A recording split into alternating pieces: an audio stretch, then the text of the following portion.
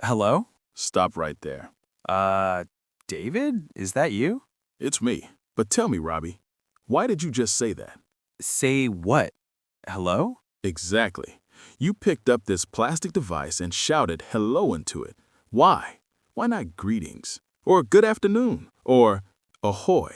Ahoy? Like a pirate? Believe it or not, if the inventor of the telephone had his way, you wouldn't have said hello just now. You would have answered this call like a 19th century sea captain. You're telling me that the most basic greeting in the English language, the word we use every single day, was a mistake? Not a mistake, a battle. Hello isn't just a word, Robbie. It's a piece of technology. It was an invention designed to fix a very specific user interface problem. Wait, that's a history? Oh, that is a history. Welcome back to Wait, That's a History, the podcast where we take the mundane things you see every day and peel back the layers to find the weird stories underneath. I'm your host, Robbie. And I'm David, and I've been digging through some old telephone company archives this week. David, I honestly thought we were scraping the bottom of the barrel when you pitched the history of hello. I thought, it's a greeting, it's been around forever. That's the trap. That's what they want you to think. But actually, before 1870, if you walked up to someone and said hello, they wouldn't shake your hand. They'd probably think you were shouting at a wolf. A wolf? A wolf. Okay, I'm listening. So how did we go from shouting at wolves to answering our iPhones? It all starts with two famous inventors, a misunderstood word, and a petty feud that changed the English language forever. Let's get into it. Okay, picture this. You walk into a room, you see your friend, and you say, hello. You pick up your phone, an unknown number calls, you slide to answer, and you say, hello. Right, it's the most basic social atom in the English language. It's the default setting. But what if I told you that saying hello as a greeting is actually a piece of technology?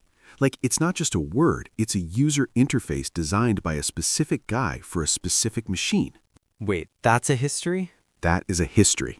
To understand why we say it, we have to go back to a time when nobody said it. Wait, hold on. People didn't say hello? What did they say? Salutations, good morrow? Exactly. Before the mid-1800s, hello simply didn't exist as a polite greeting. If you look at the etymology, the word comes from variations like hello, hollow, or halloo. These weren't greetings, they were hunting cries. Hunting cries? Yeah, like you're in the woods, you see a wolf, and you yell, halloo, to the dogs.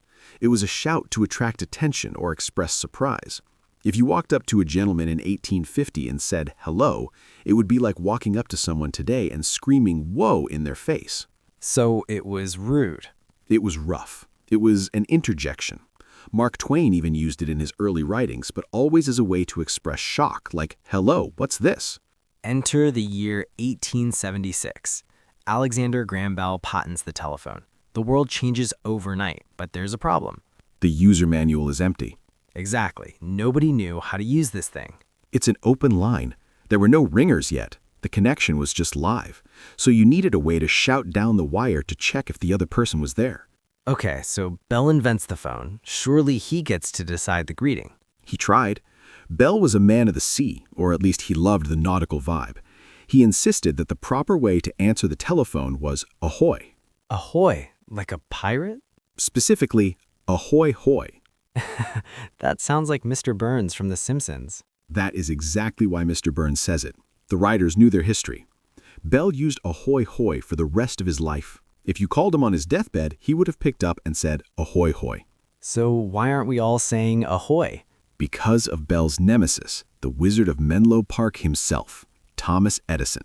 While Bell invented the telephone, Edison was the one inventing the infrastructure to make it actually work for businesses. He was testing a new version of the phone in 1877. And Edison wasn't an ahoy guy? No. Edison was hard of hearing. He needed something sharp, percussive, and loud, a sound that could cut through the static of bad 19th century wiring. A sound that travels. We actually have the smoking gun document.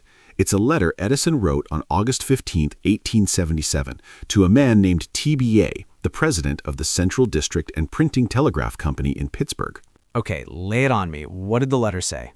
Edison wrote, "Friend David, I do not think we shall need a call bell, as hello can be heard 10 to 20 feet away. What do you think?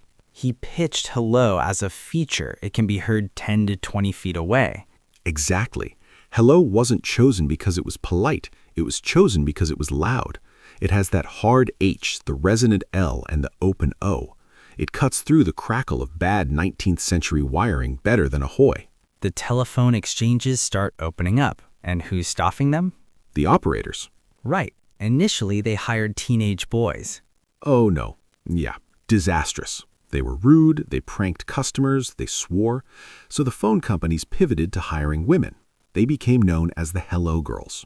Because they had to say it hundreds of times a day. They were the influencers of the 1880s. They standardized the greeting. If the operator said hello, you said hello back. It spread like a meme. By 1880, the first national convention of telephone companies was held in Niagara Falls, and the Hello badge was already official. And poor Bell is still sitting there saying ahoy? Still saying ahoy. But he lost the war.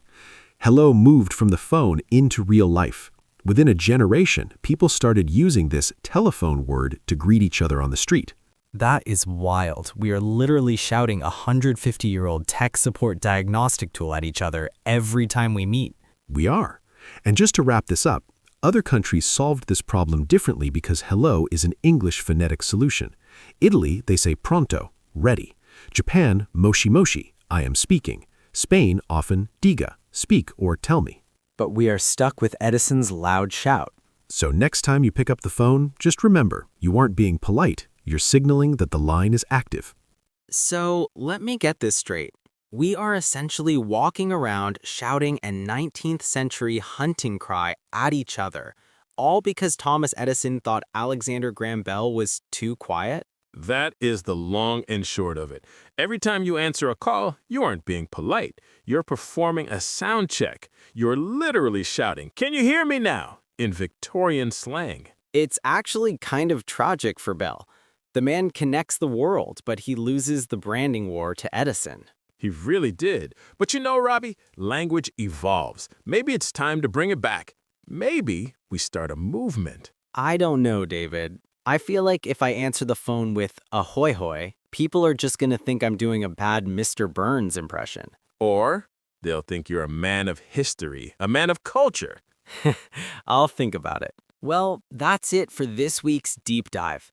If you enjoyed learning why we say what we say, do us a huge favor. Hit that follow button on your podcast app. It helps more than you know.